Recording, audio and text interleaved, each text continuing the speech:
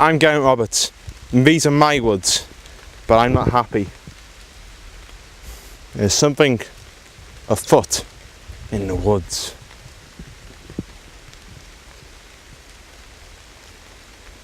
So let's find out more. So, what's the matter with the woods, I hear you ask? I don't hear you, I'm on the telly and you're not. I'll tell you what's wrong with the woods. What's right with the woods? Humans, like you, yeah, you, destroying it. Look at it, it's filthy. Leaves everywhere. And bags, and bottles. And some of you cheekier ones leave even ruder things around. Behave yourself. It's autumn. It's a fantastic time of year to be in the woods. Kicking in the leaves, collecting conkers, smacking your friends in the face. But wait. Something's not right here. Man is changing this environment. Take for example, this path. This would have been here millions of years ago. Men would have to walk up here to build pyramids and stuff. Without a path. You can't even imagine what it's like, can you? Don't know you're born. So what does that look like? Like it's full of green stuff? I'll tell you, it's algae and bushes and stuff.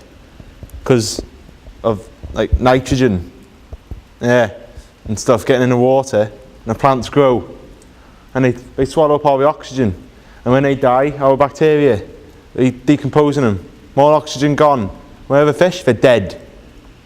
Eutrophication, think on. Chemicals dumped in this river affect the water in ways you can't imagine. Water shouldn't be orange, but it is. The barrel there, probably full of, I don't know, medical waste or poo. We're at the cliffs. It's a popular place for teenagers to come to drink shandy and eat crisps, maybe kiss their first girlfriend. I remember my first kiss here on this bench. Witch! This sanctuary was originally created to encourage yachters to return to this area. You see, in the late 1800s, Canadian geese were brought into this country from, yes you guessed it, Canada, and they drove the otter out in what was known as the Goose Otter Wars.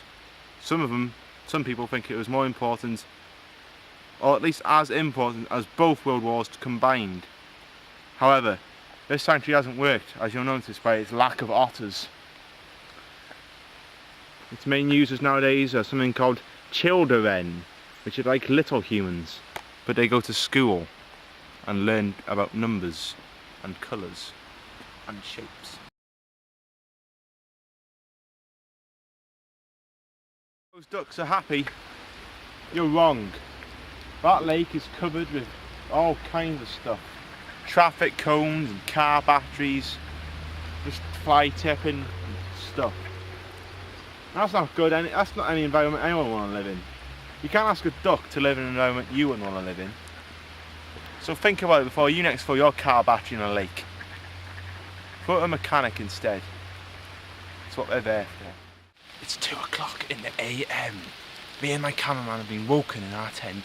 We were passionately playing cards. We heard a noise. We think there's a wounded animal up there.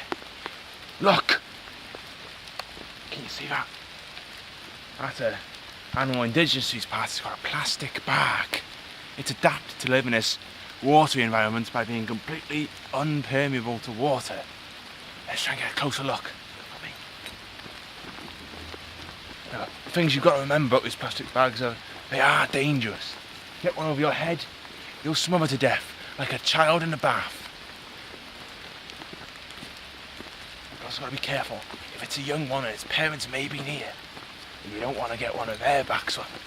Why? Because they're from Tesco's and they will sue the buttocks off you. Okay, careful. Okay. We're about close enough now. It doesn't suspect anything. We're going to rush it. Okay? Try to make as much noise as possible. Ah! Yes, we've got it. We've got it trapped. It appears to be wounded and covered in some sort of piss-like thing. Yeah. It's from a spa, which means it's one of the lower tribes in this area.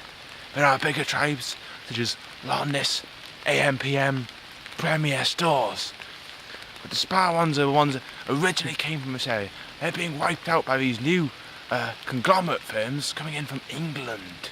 That's a country near here.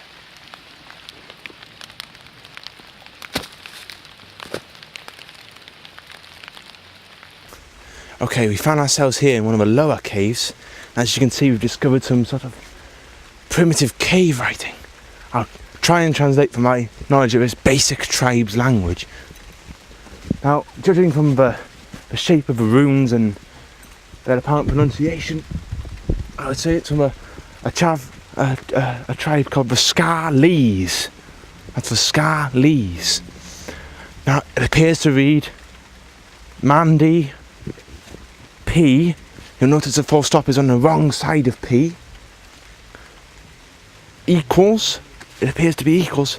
And Steve H. Again, notice the full stop on the wrong side of the H. Of. O-V. Of. I believe they're trying to use one of our words. That of.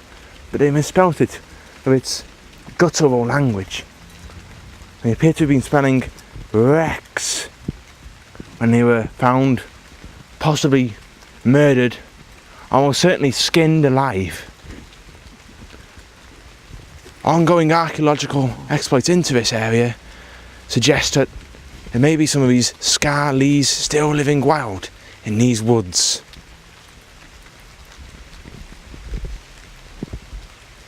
La. Cat! Listen, you can hear their calls now. Listen.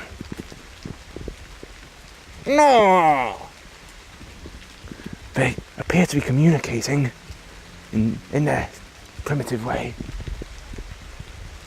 Look, there's one there! You just missed him. Let's go. They stick up from the ground and they protect us from most of the rain, except in winter where there's no leaves. These trees have been here for at least 7 years. Some of you won't be able to imagine that because you're only 6. Some of you who are 8 will be able to imagine that, but not very clearly because you'd have had a child's memory of it. But trees are important, and if you cut every tree down in the entire world, what would it look like then? It'd look like you've given the world a skinhead, and how silly would that be? So now that you've watched this, you should be thinking 2 words. Do you know what they are? Are you thinking them? You should be thinking protect environment. I was thinking pebbles and dogs because I know I need to protect the environment. So should you. So next time that you go to your local woods, lake or canyon, think twice about throwing your crisp packets in the lake.